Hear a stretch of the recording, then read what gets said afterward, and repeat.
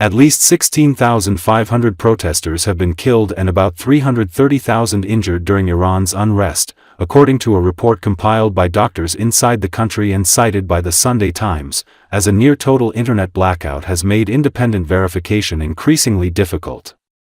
The report, based on information from a network of medical professionals across Iran, said the injuries included widespread gunshot wounds and severe eye trauma, with hundreds to thousands suffering permanent blindness.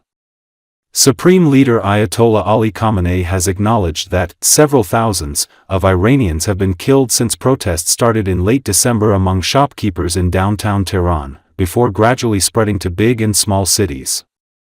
That confirmation is unusual because Khamenei has typically avoided commenting on death tolls during previous protests in Iran over the years. A new report obtained by the Sunday Times states that at least 16,500 to 18,000 protesters, including children and pregnant women, were killed and 330,000 to 360,000 others were injured in the first 2 days of demonstrations in Iran. The vast majority of the victims are believed to be young people under the age of 30. According to reports from those who fled Iran, security forces opened fire on all protesters on January 9. The Sunday Times adds that in some cases, although medical workers were willing to donate blood, security forces did not allow blood transfusions for the wounded. According to witnesses, Basij forces collected bodies from the streets and took them to other cities to hide them, or demanded large sums of money to return the bodies to their families. The doctor's report said most deaths occurred over 2 days during what it described as the most violent phase of the crackdown in the Islamic Republic's 47-year history, with most victims believed to be under 30.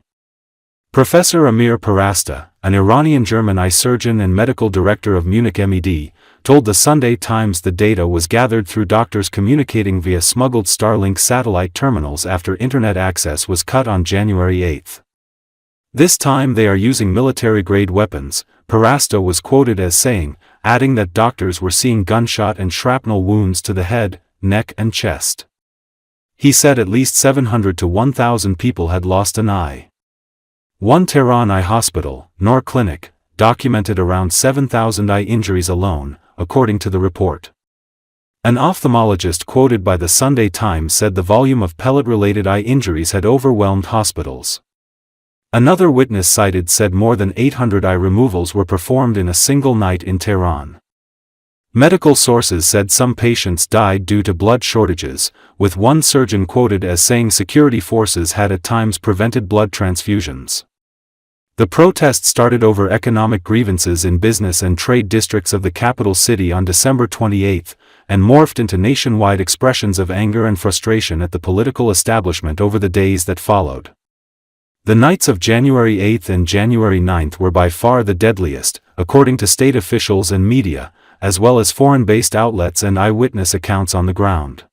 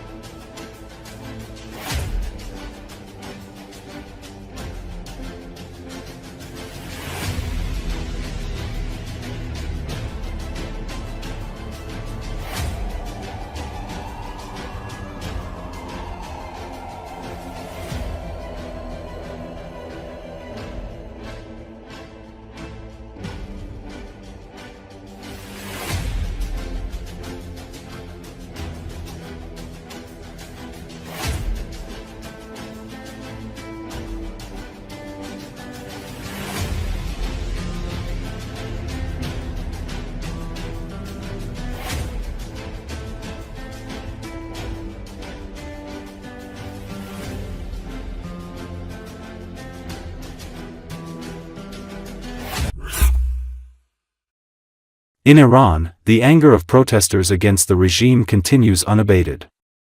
Against this backdrop, various retaliatory steps are being taken. In one case, the protesters entered a Basij headquarters, set fire to their motorcycles, stormed a prison and freed all the detainees in Iran. The revolution inside Iran continues and will not end until the fall of the terrorist mullahs regime. The mullahs regime is carrying out horrific massacres against its people and against the protesters. This is just a small part of what the protesters did when they confronted the criminal Basij and set fire to their vehicles. In this case, the reported killing of thousands of protesters across Iran in just 2 days has raised a central question: who carried out the deadliest crackdown in the country's living memory? The scale of the violence, put at 12,000 by Iran International and as high as 20,000 by CBS, has shocked many Iranians. As images and accounts continue to emerge despite a near-total internet shutdown, attention has focused on who was responsible for the bloodshed. Tehran maintains that the violence was the result of armed infiltrators backed by Israel and the United States who attacked civilians and police and damaged state property, which it says triggered their forceful response. Iran's Ministry of Intelligence said that it had arrested 3,000 people it described as members of terrorist groups. Witness reports suggest that the primary force deployed on the streets was the Islamic Revolutionary Guards Corps. Having established since the Islamic Revolution as both a powerful war-fighting force as well as a tool of suppressing internal dissent, particularly through its Basij paramilitary arm, the IRGC has traditionally been deployed as one of the most potent forces in both restoring order and combating foreign infiltration. But the IRGC finds itself still reeling from major blows suffered during a 12-day war with Israel in June, when scores of key commanders and personnel were killed. A number of other members and leading allies were slain in other theaters of the broader conflict surrounding the war in Gaza, particularly in Lebanon, Iraq and Syria, leaving the axis of resistance coalition built by the IRGC over the course of decades now in a moment of crisis.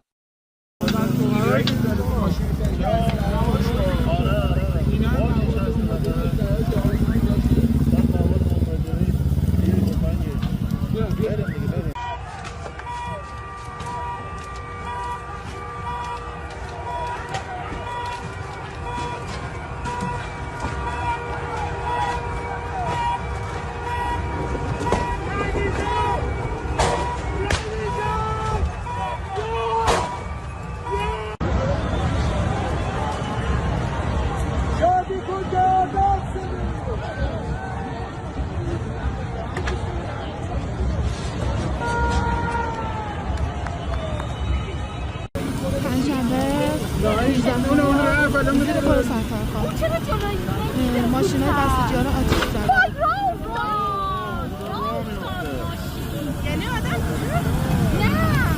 این ظرفا یه بار مصرف غذای این ساندویچ‌ها رو می‌بردن بدن بهشون. مردم آتیش زدن. بابا صاحب خرش رو برم بر بریم.